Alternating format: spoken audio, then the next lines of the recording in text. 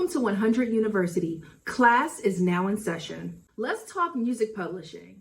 Should you be getting an administration deal, a co-publishing deal? An administration deal usually takes between 15 to 25% depending on the publishing company. Their sole purpose is to do your administration only, not to get you placements or put you in a studio with whoever you're trying to get in the studio with. Their sole purpose is to collect your money. Sometimes you can get an advance depending on what company it is and what your pipeline looks like. Now, what is pipeline? Pipeline is what records you have coming out, what cuts you have that are promising. So, you might go in there, knowing that you have the next single on whoever it is, and you share that with your publisher to help use that as leverage to negotiate your deal. Or if you have, if you already have songs out, that's your pipeline, like songs that you have that are generating money. So the more songs that you have that are generating money, the more upfront money that you can get. In a co-publishing deal, you give up 100% of the rights that you have to your copyrights. So what does that mean? That means when it comes to making decisions about the music, you give that right, which is usually called the power of attorney, over to your publishing company to make decisions on behalf of you and your copyrights. The thing that can be really appealing about co-publishing deals is the advance. It creates an opportunity for that songwriter or producer or artist to just focus on music, which is the dream, right? That's what we're all trying to do. One of the things that comes with taking an advance is once you start to earn money, that money goes towards your recoupment.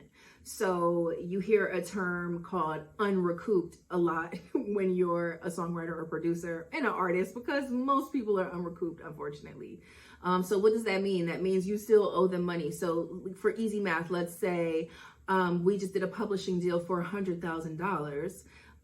Now I owe you $100,000, and until I completely pay that back, I'm not making any of my royalties. So as the royalty checks come in, they're going towards recouping that advance that the publishing company gave me.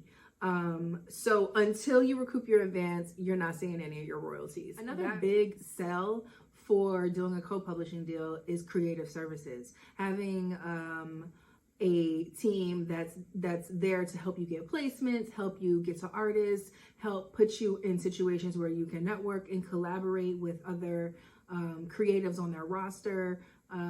That's the dream. But that's not always the reality. Like, that's just the truth.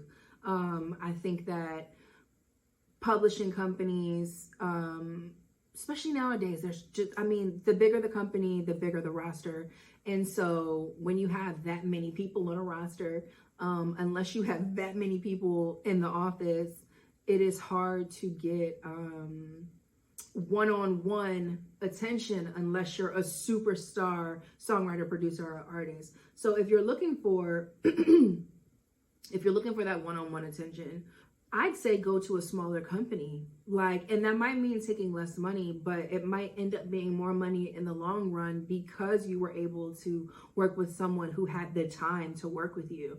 I think the other part about signing to like a major is the name. You're signing. A lot of people don't talk about this, but you're doing deals with these major companies for the validation and the credibility that comes with the name of that company. A Universal, a Sony, a Warner. These are massive names in the music business.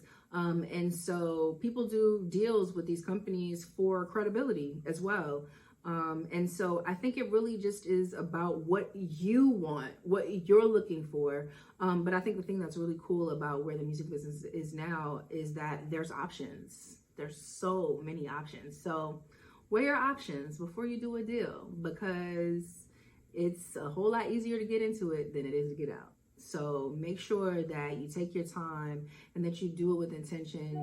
You're not just being reactive because you're in a situation or something like that. No. And even if you are in a situation, make sure to take care of yourself.